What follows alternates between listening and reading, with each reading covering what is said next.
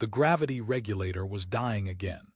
That was the third time this month, and Elias had officially reached the part of survival where he didn't even bother to curse anymore. He just floated, unceremoniously, half curled in a ball with a wrench in one hand and a disapproving potato salad in the other. The salad, oddly enough, was still anchored to the table, probably the only part of this scrap heap with working stabilization. "You're an embarrassment to physics," Elias muttered, drifting past the cracked viewport. Outside, the faint blue ring of Rixmore glowed like a forgotten promise, just like the mining station he lived on. He slapped the panel beside him.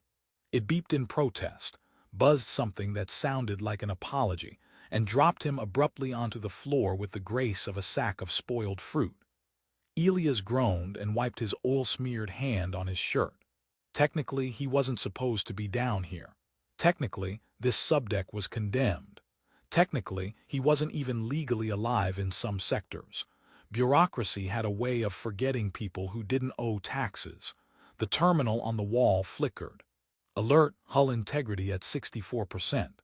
Also, happy name day, Elias. That was 3 months ago. Apologies, my memory file is corrupt. Would you like a song? No, Elias said. Then, after a pause, maybe something without lyrics or emotions. The system hummed into something suspiciously romantic. He sighed. Rixmore Terminal 12B was as close to rock bottom as a person could get without a drill, and yet Elias had made it home. He knew every leaking pipe, every temperamental bulkhead, every stain that refused to come off no matter how many solvents he stole from the docking bay. And then, like the universe had decided today needed a punchline, everything shook. Not the kind of shake that meant another part of the station was collapsing. This was deeper, rhythmic, calculated, a hum that made the fillings in his teeth tap Morse code. Elias stood, blinking oil from his lashes, and stumbled up to the command deck, where a single cracked monitor sputtered out data in 3 languages, none of which it actually supported. An object was descending from orbit, a very large object, with weapons. Elias stared at the screen. "Well," he said, "either I'm finally having that breakdown I ordered last year or we've got company." Something landed, quietly, which was unsettling in itself. No dramatic thunderclap, no laser fire, just a low hiss and the scent of ionized air, faintly citrusy. That was new. He made it to the outer platform, carrying the emergency flare gun he'd once used to cook sausages, and peeked around the bulkhead. She was standing there. Of all the absurd, impossible, completely unrealistic things, there she was, tall, composed, wrapped in a black uniform that caught the dim light like water. And those ears. Long, graceful, faintly luminescent at the tips, like filaments reaching for a frequency no human could hear. Veil a Tyran. The last time he saw her, she was bleeding out in the mud of Trisaris 9, snarling at death like it owed her money. He'd saved her life by pure accident, pushed her under a collapsed shuttle canopy, slapped a medical patch on her, and said something wildly inappropriate about her ears. She had promised him very seriously that one day she'd return the favor, and now here she was, with a ship.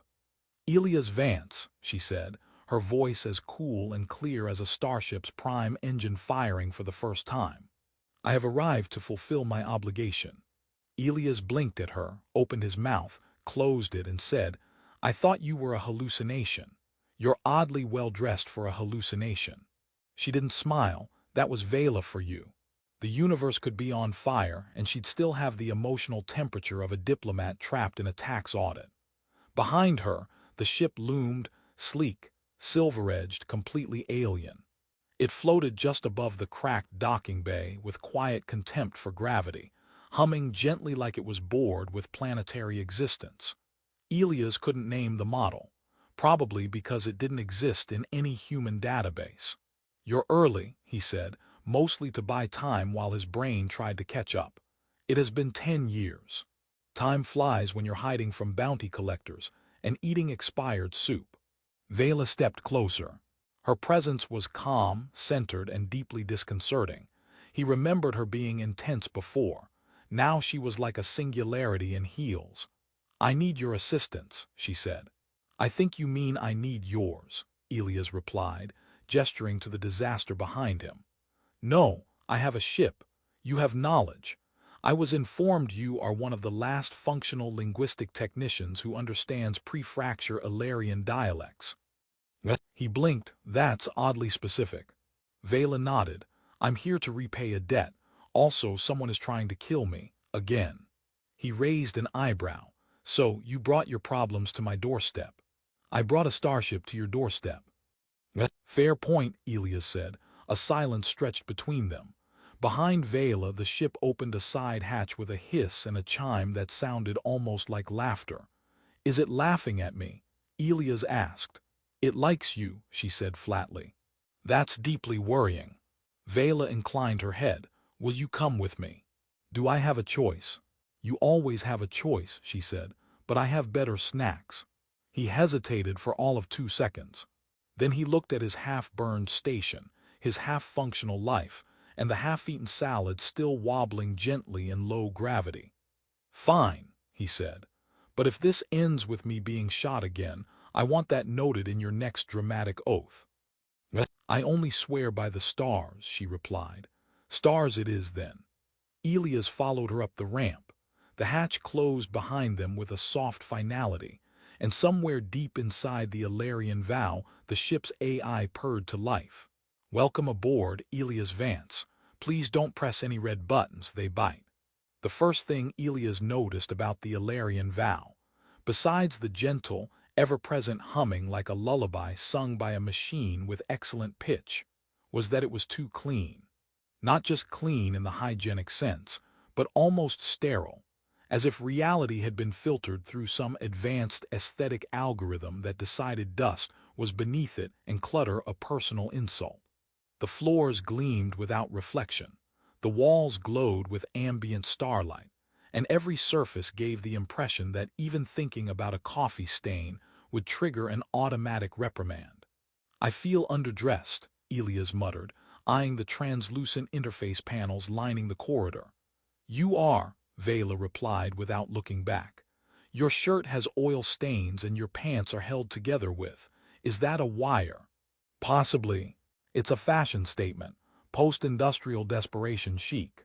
Vela led him through the passageways with that same silent purpose he remembered from Trisaris 9. Head high, movements sharp, a woman who could make a war council nervous just by breathing in their direction. But now, without mud and plasma burns and crumbling ruins, she looked almost regal, and yet still fundamentally Vela, serious, unreadable, and possibly allergic to smiling. "Where exactly are we going?" Elias asked after they passed what he was pretty sure was a library or a weapons bay, or both. "To the bridge." "Ah, of course. Naturally, first stop on any space adventure." "You saved my life," she said flatly, as if he needed reminding. "Technically, I saved your spleen. The rest of you just happened to be attached." Vela gave him a look that could sandpaper a hull. "I did not forget." "Well, I sort of did," Elias admitted. "Or at least, I assumed your people had better things to do than track down an out-of-work translator who once bribed a customs officer with peanut butter. Your assumption was incorrect." "I'm starting to see that." The bridge of the vow was unlike anything Elias had imagined.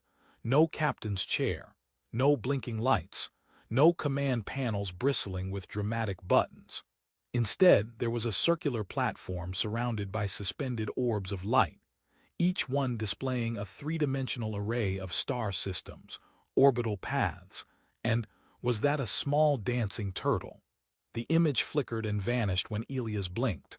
A voice greeted them, soft, playful, feminine. "Captain, you've brought a new variable." Elias froze. That was the ship, wasn't it? "Yes," Vela said. "She's called Sarai." "I feel judged." "You are." A panel rose from the floor, displaying a schematic of the outer sectors.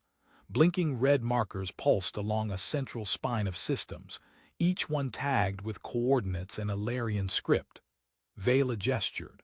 "These are the sectors under consulate influence. They're closing in, rapidly." Wait, Elias said, frowning. The consulate, as in the unbound consulate, aren't they the ones who think freedom is dangerous and individuality is a virus? Yes. Oh, good. I've always wanted to be hunted by a totalitarian space cult, just in time to spice up my midlife spiral. Vela ignored him. They're after me, more specifically, they're after what I took. Which is? She hesitated. That was new. The woman who once negotiated a ceasefire by disarming two warlords and making them sign a treaty using blood and sarcasm hesitated. I stole a memory construct, she finally said. Encoded in a Larian neurotemporal script. No other species can read it. No other should, but I believe you might. Because I studied old Illyrian dialects. Because you saved me. That doesn't follow. It does, she said. The construct is keyed to memory, emotion. It requires trust. Elias blinked. Wait, the device wants an emotional bond. Yes, with me. Yes, that's deeply unsettling, also weirdly flattering. She stepped closer, handing him a thin crystalline rod, like glass but warm, humming gently in his palm. The moment he touched it, the lights around them dimmed. Images sprang into his vision, cities suspended over molten cores, towering beings with eyes of fractured light, and a woman standing alone as a council of tall figures turned their backs on her. It was Vela, younger, wounded, exiled. He jerked back, eyes wide. I just saw everything. That was you. Yes. And you want me to, what, translate that? No, understand it. Well, no pressure at all then, Elias said, rubbing his temples. I can't believe I'm saying this, but I miss my awful mining station. It didn't ask me to bond with forbidden alien memory sticks. Sarai chimed in again. You bonded sufficiently. I like you. Would you like a tour of the emotional core chamber? No, absolutely not. Too late, Vela said, walking toward the lift. We need you operational. The consulate will be on us within days. I haven't even unpacked. You brought a bag. No. The lift whooshed downward. Elias felt the deck drop beneath him slightly, but he couldn't tell if it was the gravity or his stomach. So what exactly is the plan? He asked. We run, she said. We gather allies, we prepare to expose the consulate's truth, and we stay alive. Sounds impossible, which means it's on brand for you. They arrived in a small chamber lined with pulse-reactive lighting. A central pillar stood in the middle, and the ship projected a 3D schematic of another vessel, consulate class, heavily armed and marked with a sigil Elias didn't recognize. That ship, Vela said, belongs to the Vox Riven. Oh, that sounds friendly. It is an artificial construct, a sentient weapon. It knows who I am, and now that you've touched the memory key, it knows you too. Elias stared at the image. You couldn't have led with that. I was easing you into the threat. I'm going to need a drink, or 12. You'll adapt. Elias exhaled slowly and looked at her.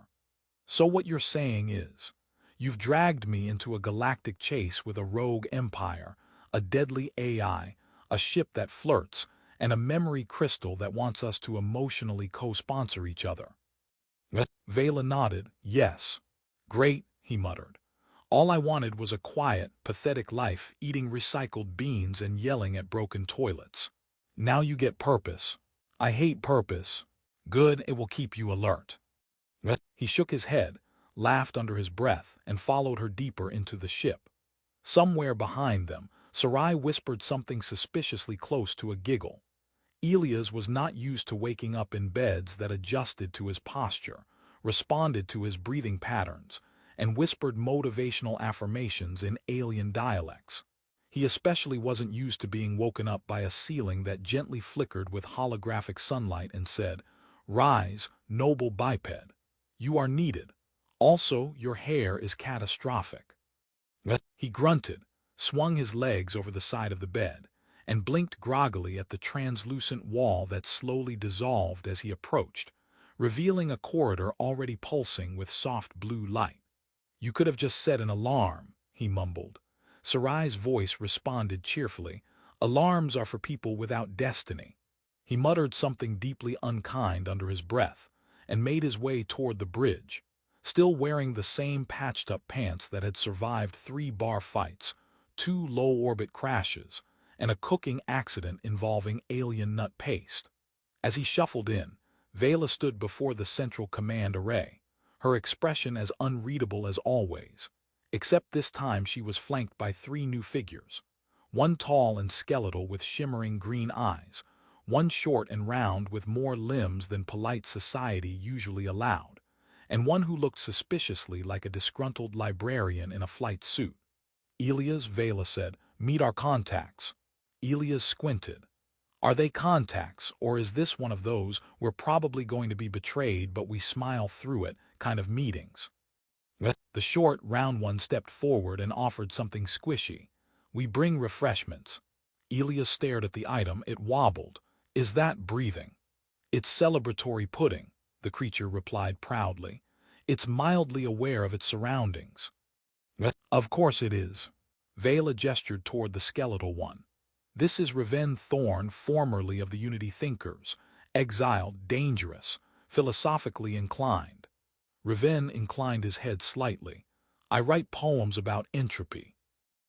"And anxiety," added the librarian-looking one. "They're very popular in the inner moons. I'm Tira Jux. I once ran a school for sublight navigators. Now I run from taxes." Elias blinked. "How exactly are these people supposed to help us?" "They are experts in consulate encryption theory and sublayered neural code," Vela replied. Tira grinned. "And I make excellent scones." Raven looked at Elias. "Do you believe in preconscious data resonance?" "I barely believe in my own breakfast." They got to work. The next several hours, possibly days, time was starting to blur, were a cacophony of alien theories, brain-churning translations, blinking lights, and long philosophical detours about the moral implications of memory-based propulsion. Elias found himself tasked with interpreting the emotional subtext of one particularly erratic symbol cluster, which apparently doubled as a love letter and a declaration of war, depending on punctuation. At one point, Sarai shut down all non-essential systems and piped soothing harp music into the ventilation just to keep everyone calm. It worked, except for the pudding, which attempted to escape. During a break, Elias found Vela sitting in the observation chamber, staring out at a starfield that shimmered unnaturally. He slumped into the seat next to her. "Tell me we're close." "We are making progress."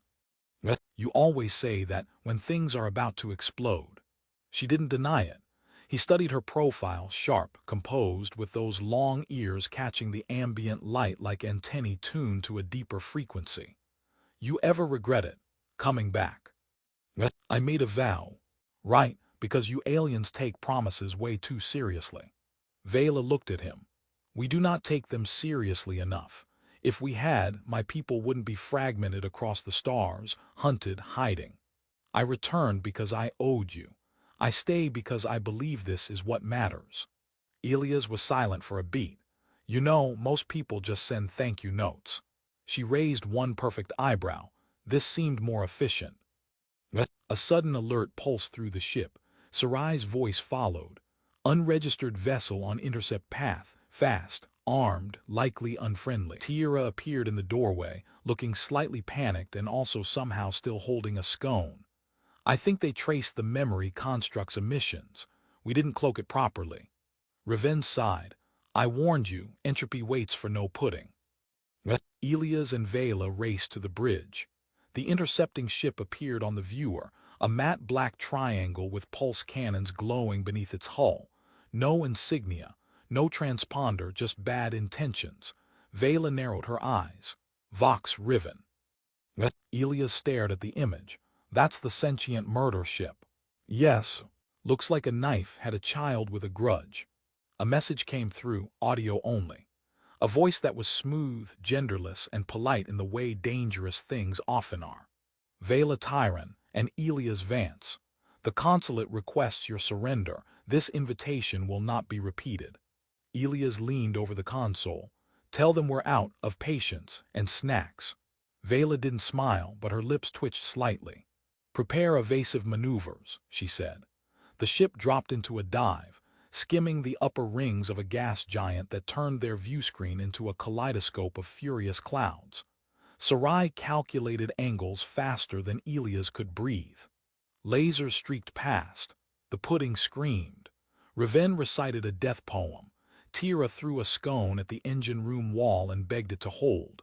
And somehow, through pure luck and a narrow heat vent in the upper atmosphere, the Ilarian vow escaped. Barely. When it was over, Elias collapsed into a seat on the bridge floor, panting. "Just once," he said. "I'd like to go a whole day without nearly dying." "That was only technically near death," Vela said. "Oh good, that's so comforting." Tira walked past. "Next time, maybe you should try piloting while someone attempts to vaporize your chair." Elias raised a hand weakly. "Next time I'm calling in sick." Sarai spoke again, this time more quietly. "The Vox Riven is adapting. Its behavior indicates recognition and interest." Vela turned back to the map. "Then we need to move faster." Elias groaned. "Can we move faster after a nap?" "No. Figures." They jumped to light speed an hour later. Somewhere behind them, the knife-shaped ship lingered in the black, watching. And somewhere inside the vow, the memory construct pulsed once, a slow, warm glow, as if waking from a deeper slumber. The dining chamber aboard the Ilarian vow had recently been reprogrammed to accommodate human rituals of comfort, which Sarai had interpreted as dim candle-like lighting, ambient jazz from a 20th-century Earth archive, and a bowl of steaming noodles that smelled suspiciously like optimism. Elias sat at the table with a fork in one hand and an improvised translation matrix in the other. The fork was winning. "I'm 90% sure this thing is edible," he said, poking the bowl. Vela, seated across from him with her usual posture of military calm and moral exasperation, tilted her head.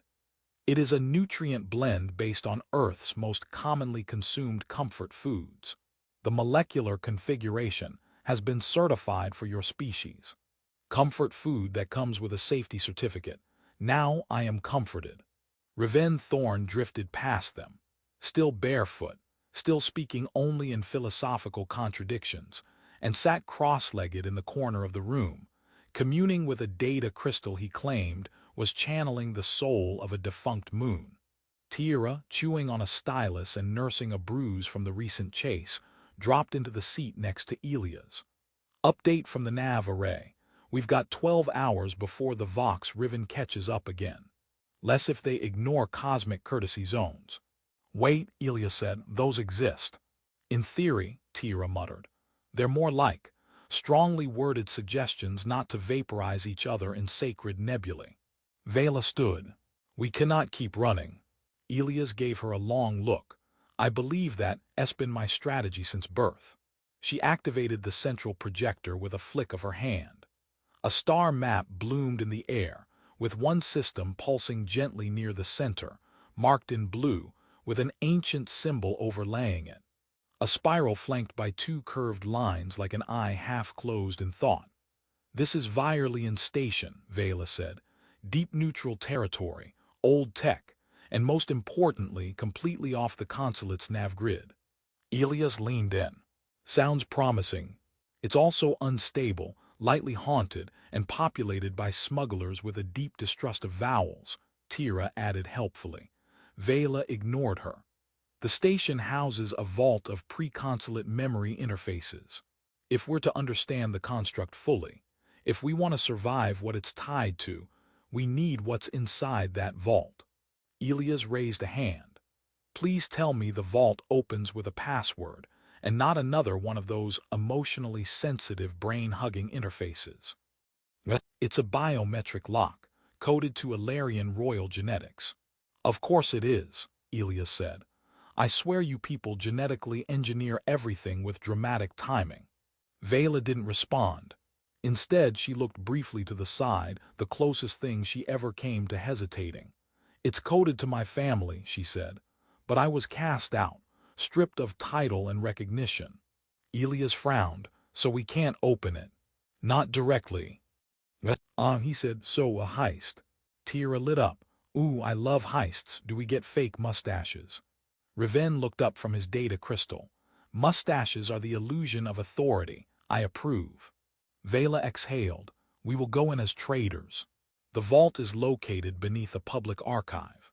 We bypass security, extract the data, and leave before they realize who we are. Elias nodded. Classic infiltration sounds simple enough. Tira snorted. You know what else sounded simple? Teaching toddlers zero-gravity calculus. I still have scars.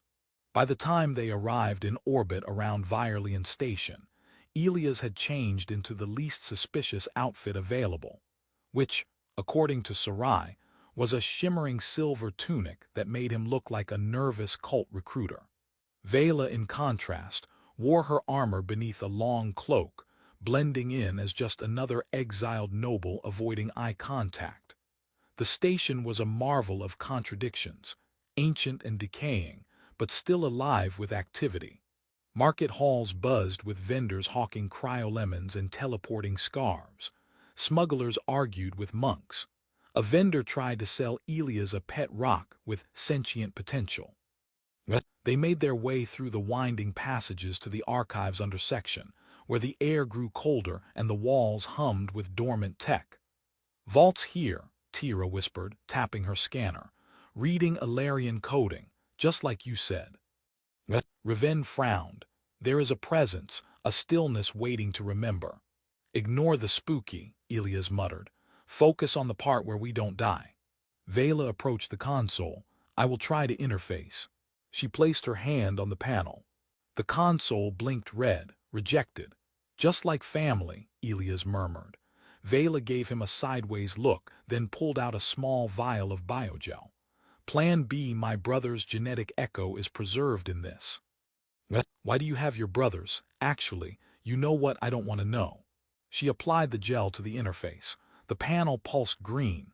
Access granted, it said in a voice older than any language Elias knew.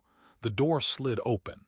Inside, the vault was smaller than expected, circular, simple, and in the center hovered a crystalline array suspended in magnetic fields, singing softly to itself in chords of light. The core of the construct, Vela whispered. They stepped forward, and that's when the alarm blared. Elias turned. Why is there always an alarm? Tira cursed. The consulate embedded a silent tracer in the construct. The moment it synced with the vault, it sent a signal. Raven nodded serenely. The knife returns. Outside, the station's long-range sensors showed the Vox Riven dropping out of warp, its engines silent, its intent unmistakable. Elias grabbed the crystal. No time for reverence. We run now, pray later. They tore through the hallways, pursued by security bots suddenly reprogrammed with eerie precision. As they reached the dock, the Ilarian Vow opened its bay with theatrical timing. Sarai's voice was calm. I detect hostile intent. Also, Raven has brought a cat. It's chewing the wiring. Tell it to stop. It does not listen to reason. Once aboard, the ship lurched away from the station just as the Vox Riven fired a precision burst, grazing the aft, but missing the core. Elias collapsed in the central chamber, the crystal pulsing in his hands. Vela sat beside him. You did well, she said quietly. He looked at her, breathing hard. You say that like you're surprised. I'm never surprised, she said, but sometimes impressed. Sarai chimed in.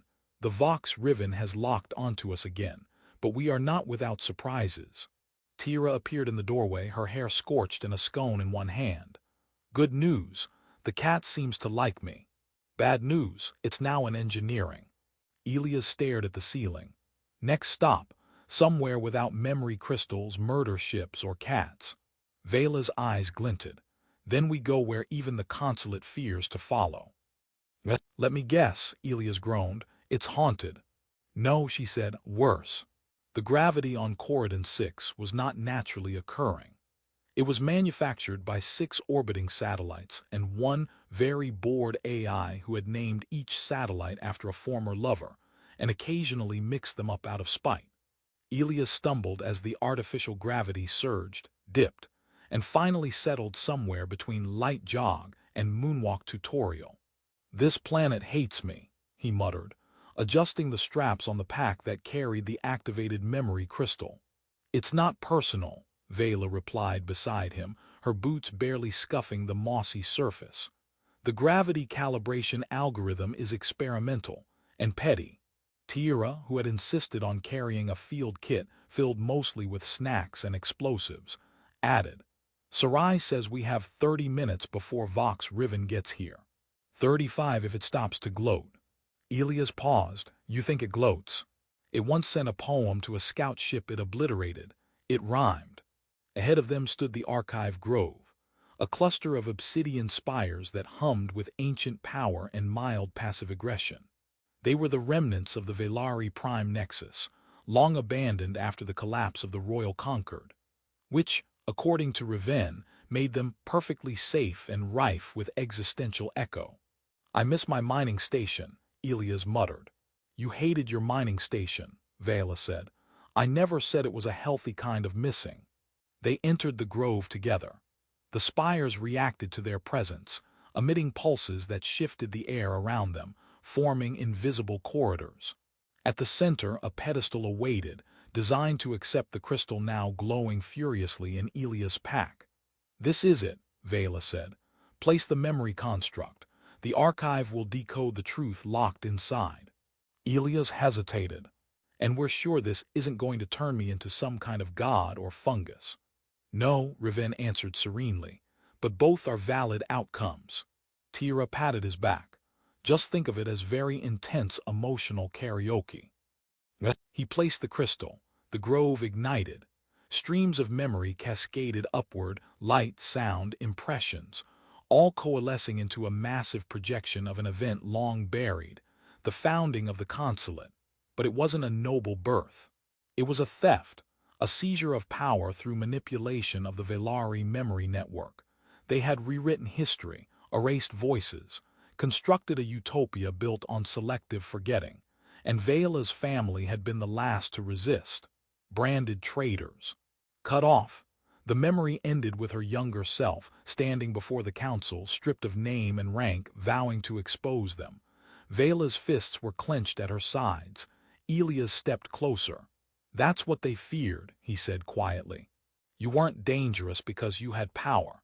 You were dangerous because you remembered." Behind them, Sarai's voice came through the comm. "Vox Riven is entering orbit. Shields are holding, but not indefinitely." Vela turned. "Then it ends now." They ran.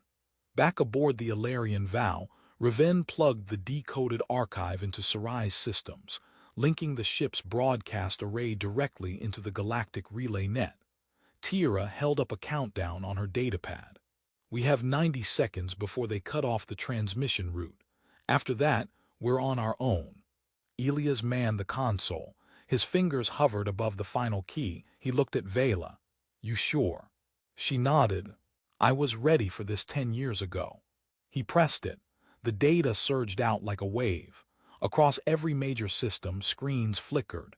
Messages appeared. The truth spread, not just the crimes of the consulate, but the real history of the Velari. Not erased, not rewritten, just remembered. The Vox Riven reacted immediately. It fired. The Vow took the hit hard. Lights flickered. Alarms blared. Gravity went briefly sideways and then corrected itself with a hiccup and an apology. Sarai's voice strained. "Hull breach in Sector 3. We are not equipped for a second strike." Vela stood. "We don't need to be. Their power lies in fear and control. We just took that from them." Elias, barely hanging onto his seat, added, "But they still have giant weapons. Let's not forget that tiny detail."